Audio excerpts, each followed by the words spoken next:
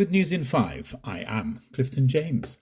For the first time in 4 decades, For Haiti with Love will not host its annual Christmas party for children in Haiti. We usually have the Christmas party for 500 children, but this year we have had to cancel it because of travelling, says Rosalind DeHart of For Haiti with Love. The decision comes amid growing uncertainty tied to expanded US travel restrictions that now include Haiti. With a travel ban set to expand on January the 1st, 2026, there is uncertainty about whether commercial flights will continue operating reliably between Haiti and the United States. The risk of ministry teams becoming stranded made travel impossible this year. The cancellation is especially painful because the children expect the event every year. A lot of kids will be very sad because they all know the party is going to happen and they're used to it, so they will be very disappointed, DeHart explains. Teams in the United States continue to provide supplies and guidance remotely. She says, "Please pray for Haiti, where communities are engulfed by ongoing gang violence. Pray also for the children who are expecting the Christmas party. We have all the nurses down there doing everything.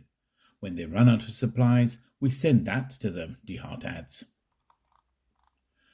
United States President Donald Trump has issued a new warning to Nicolas Maduro, saying it would be smart for the Venezuelan leadership to step down as Washington escalates a pressure campaign that drew sharp rebukes from Russia and China. Speaking at his Mar-a-Lago resort in Florida on Monday, flanked by Secretary of State Marco Rubio and Secretary of Defense Pete Hegseth, Trump suggested he was prepared to further ratchet up the tensions after 4 months of mounting pressure on Caracas. When asked if the goal was to force Maduro out from power, Trump told reporters, "Well, I think it probably would. That's up to him what he wants to do. I think it'll be smart for him to do that. But again, we're going to find out. If he wants to do something, if he plays tough, it'll be the last time he's ever able to play tough," the US leader added. Moscow reaffirmed its full support and solidarity for the Venezuelan leadership and people in the current context, according to a Russian Foreign Ministry statement. China also condemned the US's latest moves as a serious violation of international law. Pictures have emerged in many media stations showing security forces dispersing crowds with tear gas at rallies for Ugandan president candidate Robert Kyagulanyi, also known as Bobby Wine, in Kampala. The pop star turned politician is campaigning ahead of Uganda's January 2026 elections as officials warn against interference. When Qatar helped secure a peace deal to end ongoing conflict between M23 rebel groups and Democratic Republic of the Congo's DRC government last month, there was hope among many Congolese that a permanent ceasefire would soon emerge to end the fighting that has uprooted close to 1 million people in the country's troubled east and give war-racked communities some respite as the new year rolls in.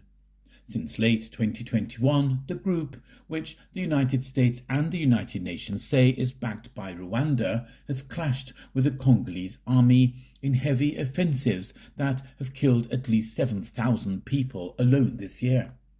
It's clear that they don't have any will to end this conflict, Congolese lawyer and political analyst Hubert Manomerza told Al Jazeera from the M23-held eastern city of Goma, blaming both sides. Despite the number of deaths and the extent of the destruction, there is still procrastination over the implementation of the peace arrangements and compliance with the ceasefire. People here feel abandoned to their sad fate. You're up to date with News in 5. I am Clifton James.